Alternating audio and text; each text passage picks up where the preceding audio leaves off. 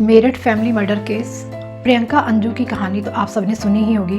बहुत ही famous murder case था ये। उसमें फैमिलीज़ की गलती की वजह से दो लड़कियां कैसे अपना जीवन ख़त्म कर दिया, उसी बेस्ड पे आज का मेरा ये चर्चा का विषय है।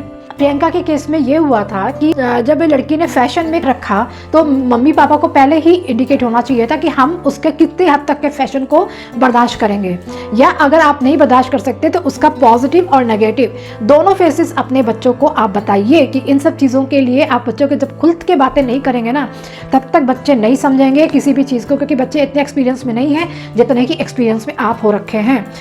बहुत ही फेमस स्टोरी वो इसलिए है कि प्रियंका मिस मेरठ भी रह चुकी थी और इतना ऊंचा स्थान पाने के बाद फैमिलीज़ में ऐसी दिक्कत हुई तो को स्टार्टिंग से ही वो सारी दिक्कतों को बता देना चाहिए, खासतौर से लड़कियों के साथ, क्योंकि बहुत अब जो ज़माना आया है उस ज़माने में हम कह सकते हैं कि बहुत ही ज़्यादा आपको फ्रेंडली नेचर आपको रखना पड़ेगा।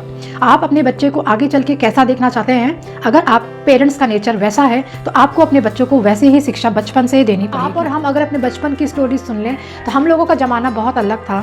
पापा मम्मी डांटते थे और हम लोग चुप होकर सुन लेते थे और हम लोग को ये पता नहीं चलता था, हम लोग डांटे हैं ठीक है कोई बात नहीं। लेकिन अब आजकल के बच्चे उसमें पूरा तार्किक क्वेश्चंस करते हैं। बहुत ज़रूरी है ऐसे बच्चों को क्वेश्चंस करना।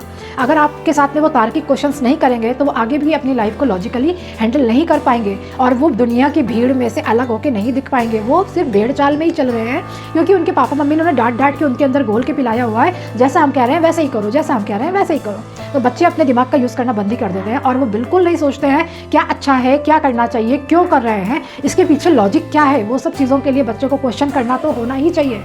जैसे कि बच्चे आजकल समझना भी नहीं चाह रहे हैं और उस नासमझी में बच्चे इतना ज़्यादा जिद्दी होते जा रहे हैं, सब चीज़ उनके बड़े होने तक वो उनको समझ में नहीं आ रहा है।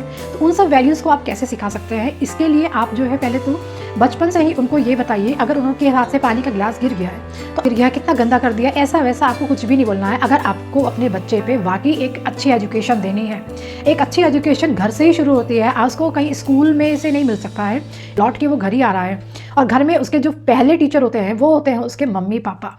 तो आप उनके सामने वही प्रदर्शित करिए जो कि आप वाकई उनको सिखाना चाहते हैं। आप उनको पैसे से रिलेटेड मोरल चीज़ सिखाना चाहते हैं कि कोई चीज़ कितनी महंगी है और कोई चीज़ कितनी सस्ती है, तो इसको आपको जब आप खुद कोई चीज़ परचेज़ कर रहे हैं उनको उनके सामने आपको बताना पड़ेगा कि ये चीज़ मैं इसलिए नहीं खरीद रही हूँ क्योंकि ये बजट से ऊपर है। आप इतना बोलेंगे ना, बच्चे बहुत अच्छे होते हैं और बहुत समझदार होते हैं, ये नॉलेज उनके अंदर बचपन से ही आ जाएगी कि कितने चीज़ों में स्पेंड पैसा करना चाहिए। उनकी ये जिद बिल्कुल ख़त्म हो जाएगी। अगर आप बच्चों को केयरिंग सिखाना चाहते हैं, सबसे पहले आपको उस केयरिंग नेचर में आना पड़ेगा, तभी वो बच्चे आपसे ही लर्न करेंगे। आप उन्हें बोलेंगे ना डांट डांट के, वो कदापि नहीं सीखेंगे। उन्हें पता तो चला नहीं उनको डांट क्यों पीटी है।